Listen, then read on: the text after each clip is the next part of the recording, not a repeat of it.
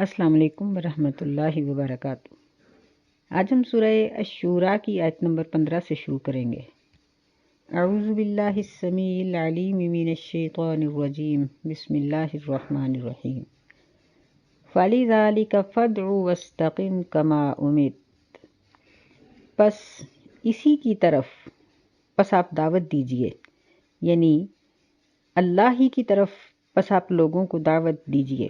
وَاسْتَقِمْ، اور استقامت اختیار کیجئے، کما امرت، جس طرح کہ آپ کو حکم دیا گیا ہے۔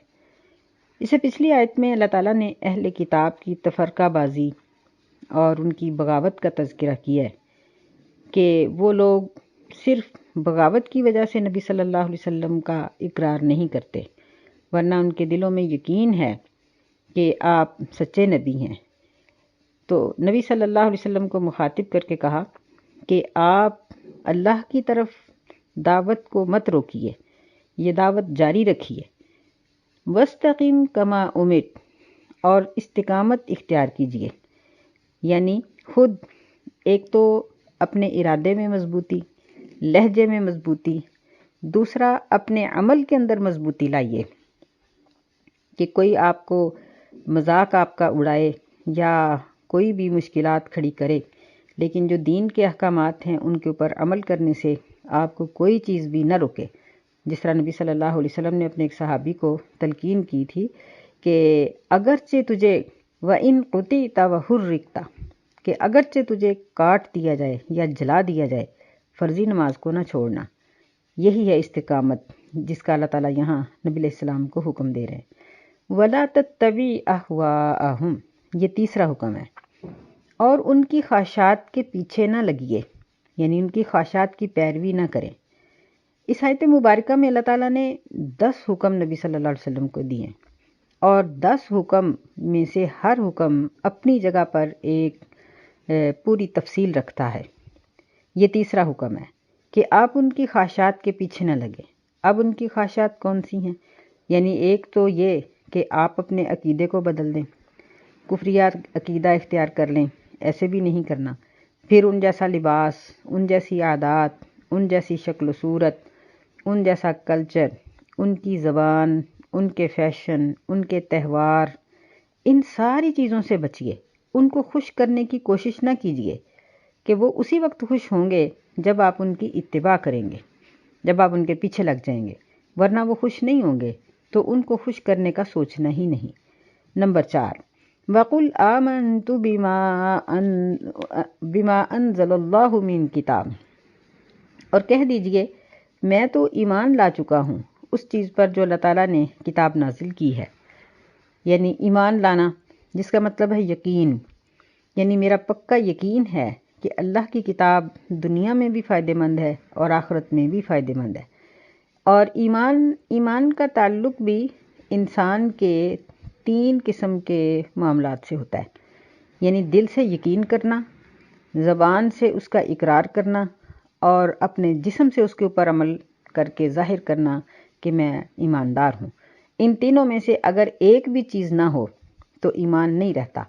مثلا ایک شخص نماز تو پڑھتا ہے لیکن اس کے دل میں یقین نہیں ہے، یا وہ یقین بھی رکھے، نماز کی جو کیفیات ہیں ان کو بھی ادا کر دے لیکن الفاظ ادا نہ کرے، وہ بھی ایماندار نہیں ہے۔ ایسے ہی اگر ایک شخص دل میں یقین بھی کرے، زبان سے اقرار بھی کرے، مثلا وہ نماز کی ساری عبارت کو پڑھ لے لیکن رکوع، سجود، قیام، وضو، شضو سب کچھ یہ نہ کرے، تو وہ ایماندار نہیں ہے۔ تو یہاں ایمان کا حکم دیا گیا ہے، یعنی تینوں چیزیں مکمل ہونی چاہیے، دل سے اقرار، دل سے یقین اور زبان سے اقرار، اور عملی کیفیت میں ظاہر کرنا۔ تو فرمایا کہ میں اللہ کی کتاب پر ایمان لایا۔ وَأُمِرْتُ لِأَعْدِلَ بَيْنَكُمْ، یہ 5واں حکم ہے، اور مجھے حکم دیا گیا ہے کہ میں تمہارے درمیان عدل کروں، انصاف کروں۔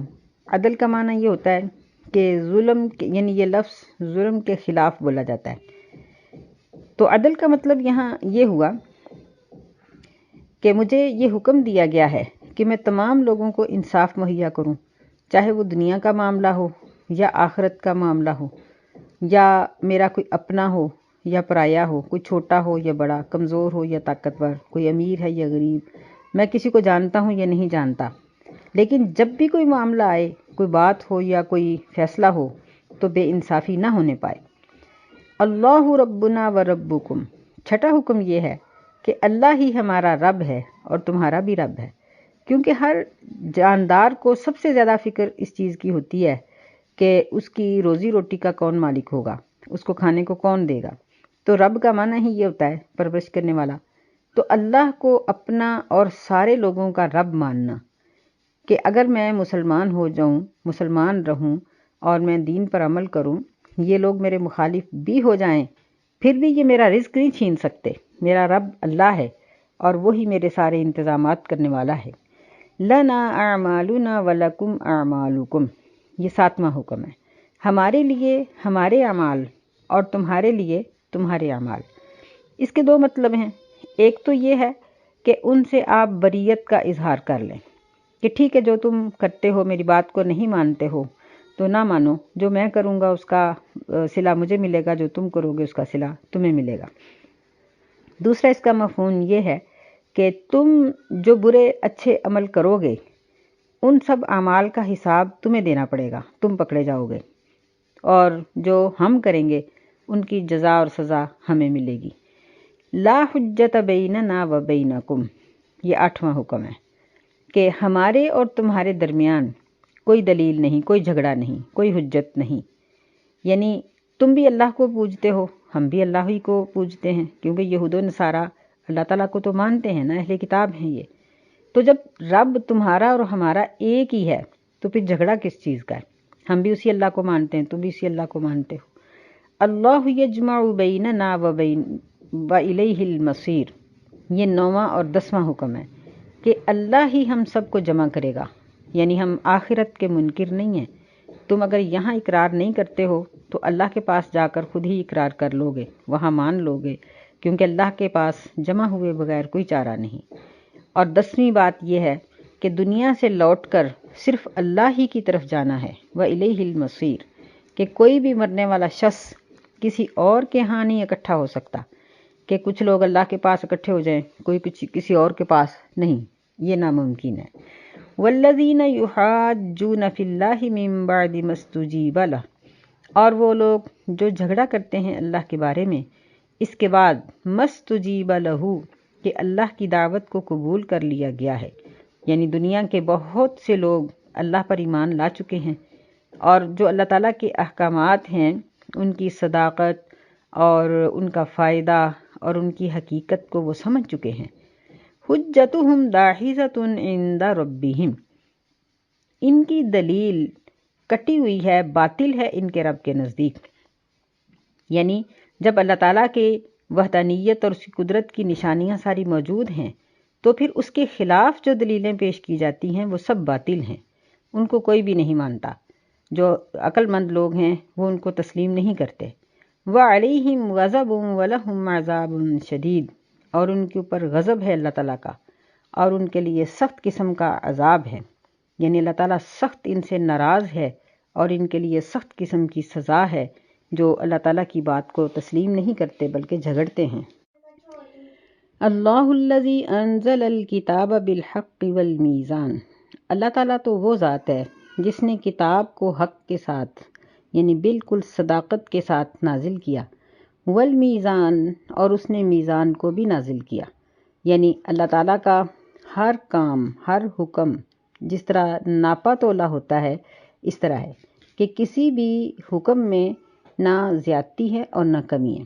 دوسرا اس کا مطلب یہ ہے کہ جہاں اس نے حق کی تلقین کی ہے وہاں اس نے لوگوں کے ساتھ میزان اور عدل کی بھی تلقین کی ہے، کہ ہر بات کو ناپ تول کر اور سوچ سمجھ کر کرو۔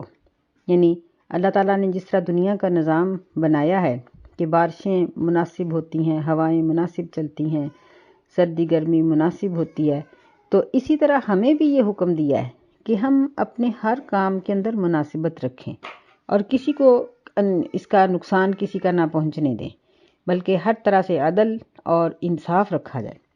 وَمَا يُدْرِيكَ لَعَلَّ السَّاعَةَ قَرِيبٌ، اور آپ نہیں جانتے شاید کہ قیامت قریب ہو، یعنی کفار مکہ کی اور مشرکین کی یہ ایک ڈٹھائی تھی کہ نبی صلی اللہ علیہ وسلم سے پوچھتے تھے کہ قیامت کب آئے گی؟ آپ نے فرمایا کہ شاید کہ قریب ہی ہو، یعنی جو مر گیا اس کی تو آ گئی، اور موت کا تو پتہ ہی نہیں ہے کہ کب آئے گی۔ یستعجل بها الذین لا یؤمنون بها، قیامت کو وہ لوگ جلدی طلب کرتے ہیں جو اس پر ایمان نہیں لاتے۔ والذین آمنوا مشفقون منها، اور جو ایمان لانے والے لوگ ہیں وہ قیامت سے ڈرتے ہیں۔ وَيَعْلَمُونَ أَنَّهَا الْحَقُّ، اور وہ جانتے ہیں کہ قیامت برحق ہے، یعنی اس میں کوئی شک نہیں ہے۔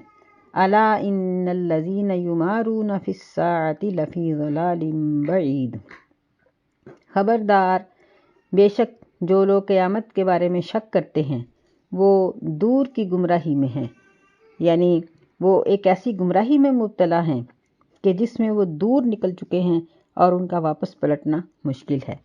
تو یہاں ہمیں معلوم ہوا کہ جو ایماندار لوگ ہیں وہ نہ قیامت کو طلب کرتے ہیں اور نہ ہی شک کرتے ہیں، بلکہ وہ قیامت سے ڈرتے ہیں، اور ہر کام کرتے وقت ان کو اس بات کی فکر ہوتی ہے کہ ہم نے اس کا حساب دینا ہے۔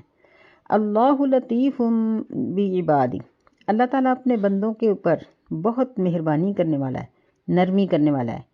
یرزق من یشاء وہو القوی العزیز، وہ جس کو چاہتا ہے رزق دیتا ہے اور وہ بڑی قوت والا اور غالب ہے، یعنی اللہ لطیف ہے، یعنی وہ باریک سے باریک چیز کی بھی خبر رکھتا ہے اور اس میں نہایت نرمی ہے، کسی کے ساتھ بھی وہ سخت سلوک نہیں کرتا، اور اس کا معنی باریک چیزوں کو دیکھنے والا بھی ہے، کہ یعنی انسان اگر اپنے دل میں بھی اللہ کا شکر کرتا ہے یا اللہ کا ذکر کرتا ہے تو اس کی یہ صفت لطافت اس طرح سے ہے کہ وہ اس کو بھی جان لیتا ہے، اور اگر کوئی بندہ رائی کے دانے کے برابر بھی نیکی کرے تو اللہ اس کو ضائع نہیں کرتا۔ من کان یرید حرث الآخرۃ نزد لہ فی حرثہ، جو شخص ارادہ کرتا ہے آخرت کی کھیتی کا ہم اس کے لیے اس کی کھیتی کو زیادہ کر دیتے ہیں۔ ومن کان یرید حرث الدنیا نؤتہ منہا، اور جو شخص ارادہ کرتا ہے دنیا کی کھیتی کا ہم اس کو اس میں سے دیتے ہیں۔ وما لہ فی الآخرۃ من نصیب، اور اس کے لیے آخرت میں کوئی حصہ نہیں۔ یہاں اللہ تعالیٰ نے کھیتی کی مثال سے سمجھایا ہے، کیونکہ کھیتی اگتے ہوئے کٹتے ہوئے ہم دیکھتے ہیں، اور ہم دیکھتے ہیں کہ یہ ایک خاص مقصد کے لیے کھیتی بوئی جاتی ہے، پودا لگایا جاتا ہے، پھر اس سے پھل حاصل ہوتا ہے یا جو چیز انسان چاہتا ہے وہ ملتی ہے۔ تو انسان کا عمل یہ ایسی چیز نہیں ہے کہ وہ برا عمل کرے یا نیک، اس کے کوئی اثرات نہ ہوں، نہیں۔ جس طرح ہم دانہ جب بو دیتے ہیں تو وہ نظروں سے اوجھل ہو جاتا ہے لیکن وہ برقرار ہوتا ہے اپنی جگہ پر، ایسے ہی انسان کا عمل اگرچہ وہ ہمیں کرنے کے بعد یا کرتے وقت اس کا اثر نظر نہیں آتا لیکن وہ موجود ہوتا ہے، اور اگر ہم بری چیز بوئیں گے، کانٹے بوئیں گے تو اپنے ہی ہاتھ زخمی کریں گے، اگر پھلدار چیزیں بوئیں گے تو اپنے آپ کو ہی فائدہ پہنچائیں گے۔ ایسے ہی جو نیکی کرتا ہے وہ آخرت میں پا لے گا۔ دوسری چیز یہاں یہ بیان کی گئی ہے کہ اگر ایک شخص آخرت کے لیے کچھ کرتا ہے تو فرمایا کہ نزید، ہم اس کو زیادہ دے دیتے ہیں، یعنی اللہ تعالیٰ 70 گنا 700 گنا اس سے بھی نہ جانے وہ کتنا بڑا اجر دینے پر قادر ہے، وہ سب کچھ دے دیتا ہے۔ لیکن جو شخص صرف دنیا کے لیے کرتا ہے اللہ تعالیٰ اس کو اتنا ہی دیتے ہیں جتنا اس کی قسمت میں۔ سورہ بنی اسرائیل میں اللہ تعالیٰ نے ذکر کیا ہے کہ اگر کوئی دنیا مانگتا ہے تو ہم چاہیں تو دیں چاہیں تو نہ دیں، اور اگر دیں بھی تو صرف اتنی جتنی اس کے لیے لکھ دی ہے، بس اس سے زیادہ نہیں، اور اگر کوئی آخرت مانگتا ہے تو ہم اس کے عمل کو محفوظ کر لیتے ہیں اور پھر ہم اپنی محبت کی وجہ سے اس کو دنیا میں بھی دے دیتے ہیں جو ہم دینا چاہتے ہیں، یعنی اس کو دونوں طرف مل جاتا ہے۔ تو پھر فائدہ تو اسی چیز میں کہ انسان اپنی آخرت کے لیے کچھ کرے۔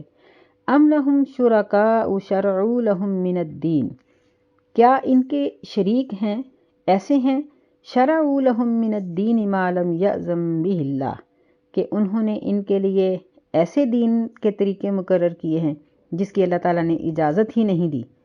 یعنی وہ کیسے معبود ہیں کہ جو اللہ کے پیدا کیے ہوئے ہیں، اللہ کی مخلوق ہیں، اور پھر اللہ تعالیٰ کے خلاف وہ فیصلے دے رہے ہیں، تو وہ معبود کیسے ہو سکتے ہیں؟ وَلَوْلَا كَلِمَةُ الْفَصْلِ لَقُضِيَ بَيْنَهُمْ، اور اگر فیصلہ شدہ بات پہلے سے نہ کہی جا چکی ہوتی تو ان کے درمیان فیصلہ کر دیا جاتا، یعنی ایسے لوگوں کو اللہ تعالیٰ فوراً ہلاک کر دیتا۔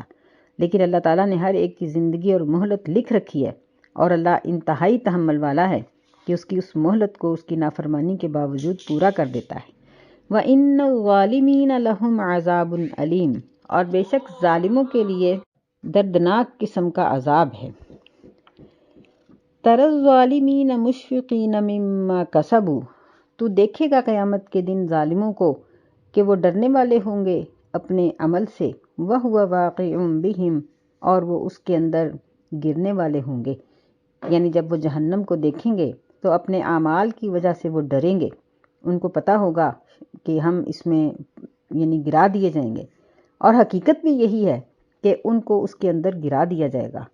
والذین آمنوا وعملوا الصالحات فی روضات الجنات، اور جو لوگ ایمان لائے اور انہوں نے نیک عمل کیے وہ جنت کے باغات میں ہوں گے۔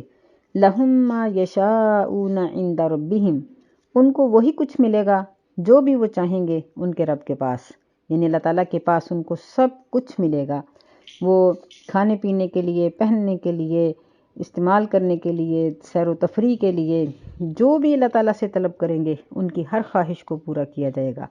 ذالک ھو الفضل الکبیر، یہی ہے سب سے بڑی کامیابی کہ ایک انسان آخرت کے دن، قیامت کے دن ساری مخلوقات کے سامنے کامیاب قرار دے دیا جائے، اس سے بڑی کامیابی اور کیا ہو سکتی۔ ذالک الذی یبشر اللہ عبادہ الذین آمنوا وعملوا الصالحات، یہ وہی چیز ہے جس کی اللہ تعالیٰ بشارت دیتا ہے اپنے بندوں کو، ایمان لانے والے بندوں کو جو ایمان لائے اور انہوں نے نیک عمل کیے۔ قل لا اسألکم علیہ اجرا، کہہ دیجئے کہ میں تم سے اس پر کسی بھی مزدوری کا سوال نہیں کرتا، الا المودۃ فی القربى، مگر میں قرابت داروں کے اندر دوستی کا سوال کرتا ہوں، یعنی میں دین کی تبلیغ پر تم سے کچھ نہیں مانگتا، لیکن میری اور تمہاری جو رشتہ داری ہے کم از کم اس کا تو لحاظ رکھو، کم از کم اس کی پاسداری تو کرو نا۔ وَمَن يَقْتَرِفْ حَسَنَةً نَزِدْ لَهُ فِيهَا حُسْنًا، اور جو شخص نیک عمل کرے گا ہم اس کو اس میں بہت اچھا بدلہ دیں گے۔ ان اللہ غفور شکور، بے شک اللہ تعالیٰ بخشنے والا، قدر کرنے والا ہے۔ یعنی انسان اگر کوئی نیکی کرتا ہے تو اللہ تعالیٰ اس کی نیکی کو کئی گنا بڑھا دیتے ہیں، اور یہ اس کی رحمت اور مہربانی ہے کہ اگر کوئی انسان گناہ کرتا ہے تو اللہ اس کے گناہ کو نہیں بڑھاتے، بلکہ اس کا عذاب اس کو اتنا ہی دیا جائے گا جتنا اس نے کیا۔ ام یقولون افتری علی اللہ کذبا، کیا وہ یہ کہتے ہیں کہ آپ صلی اللہ علیہ وسلم نے اللہ پر جھوٹ باندھا ہے۔ فَإِن یشاء اللہ یختم علی قلبک، پس اگر اللہ تعالیٰ چاہے تو آپ کے دل پر مہر لگا دے۔ وَيَمْحُ اللَّهُ الْبَاطِلَ، اور اللہ تعالیٰ باطل کو مٹا دے۔ وَيُحِقُّ الْحَقَّ بِكَلِمَاتِهِ، اور وہ حق کو اپنے کلمات کے ساتھ، اپنے احکامات کے ساتھ ثابت کر دے۔ إِنَّهُ عَلِيمٌ بِذَاتِ الصُّدُورِ، بے شک وہ تو دلوں کی باتوں کو جاننے والا ہے۔ یعنی اگر نبی صلی اللہ علیہ وسلم اللہ تعالیٰ کے بارے میں ایک معمولی سا جھوٹ بولنا تو بعد کی بات ہے، دل میں بھی سوچیں تو اللہ تو دل کی باتوں کو جاننے والا ہے، وہ فوراً نبی علیہ السلام کے دل کو سر و مہر کر کے اس باطل کو مٹا ڈالے گا۔ تو پھر ایسا تو ہوا ہی نہیں، جس کا مطلب یہ ہے کہ نبی صلی اللہ علیہ وسلم نے اللہ تعالیٰ پہ کسی قسم کا کبھی بھی کوئی جھوٹ باندھا ہی نہیں۔ وَهُوَ الَّذِي يَقْبَلُ التَّوْبَةَ عَنْ عِبَادِهِ وَيَعْفُو عَنِ السَّيِّئَاتِ، اللہ تعالیٰ تو وہ ذات ہے جو اپنے بندوں کی توبہ کو قبول کرتا ہے اور وہ ان کی گناہوں اور برائیوں کو معاف کرتا ہے۔ وَيَعْلَمُ مَا تَفْعَلُونَ، اور وہ جانتا ہے جو بھی تم کرتے ہو۔ یعنی اللہ تعالیٰ کی انسان کے ساتھ اس قدر ہمدردی ہے، اللہ تعالیٰ انسان کے اوپر اس قدر رحیم و کریم ہے کہ انسان کی توبہ کو قبول کرتے ہیں۔ نبی صلی اللہ علیہ وسلم نے فرمایا کہ اللہ کی توبہ کا دروازہ اس وقت تک ہر انسان کے لیے کھلا رہتا ہے جب تک وہ زندہ ہے، اور جب اس کی روح حلق تک پہنچ جائے گی تو پھر اس کے لیے اس دروازے کو بند کر دیا جائے گا، اور پھر ایک وقت ایسا آئے گا کہ سب کے لیے اس دروازے کو بند کر دیا جائے گا۔ اس سے پہلے اگر کوئی توبہ کرنا چاہے، معافی طلب کرنا چاہے اللہ تعالیٰ سے، تو اللہ تعالیٰ اس کو ضرور معاف کریں گے۔ اور کوئی بھی گناہ کرنے والا یہ نہ سمجھے کہ اس کا گناہ اللہ تعالیٰ کے علم میں نہیں آیا۔ وَيَعْلَمُ مَا تَفْعَلُونَ، اللہ اچھی طرح جانتا ہے جو بھی تم عمل کرتے ہو۔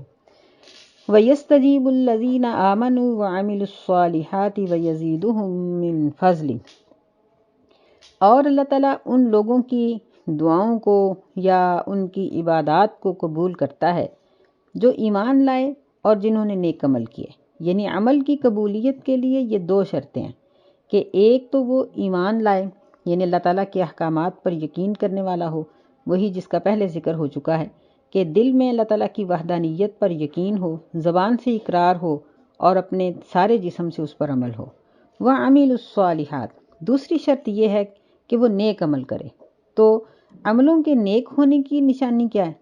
اس کی نشانی یہ ہے کہ وہ قرآن اور حدیث کے مطابق ہوں۔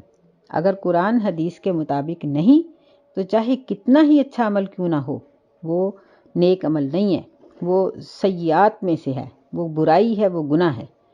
وَيَزِيدُهُم مِّن فَضْلِهِ، اور اللہ تعالیٰ اپنے فضل سے لوگوں کو بہت زیادہ دیتا ہے۔ وَالْكَافِرُونَ لَهُمْ عَذَابٌ شَدِيدٌ، اور جو لوگ کفر کرنے والے ہیں ان کے لیے سخت قسم کا عذاب ہے، وہ اللہ کے عذاب سے نہیں بچ سکتے۔ وَلَوْ بَسَطَ اللَّهُ الرِّزْقَ لِعِبَادِهِ لَبَغَوْا فِي الْأَرْضِ، اور اگر اللہ تعالیٰ لوگوں کے لیے رزق کو پھیلا دیتا، اپنے بندوں کے لیے رزق کو پھیلا دیتا زمین میں، لَبَغَوْا فِي الْأَرْضِ، تو وہ زمین میں سرکشی کرتے پھرتے۔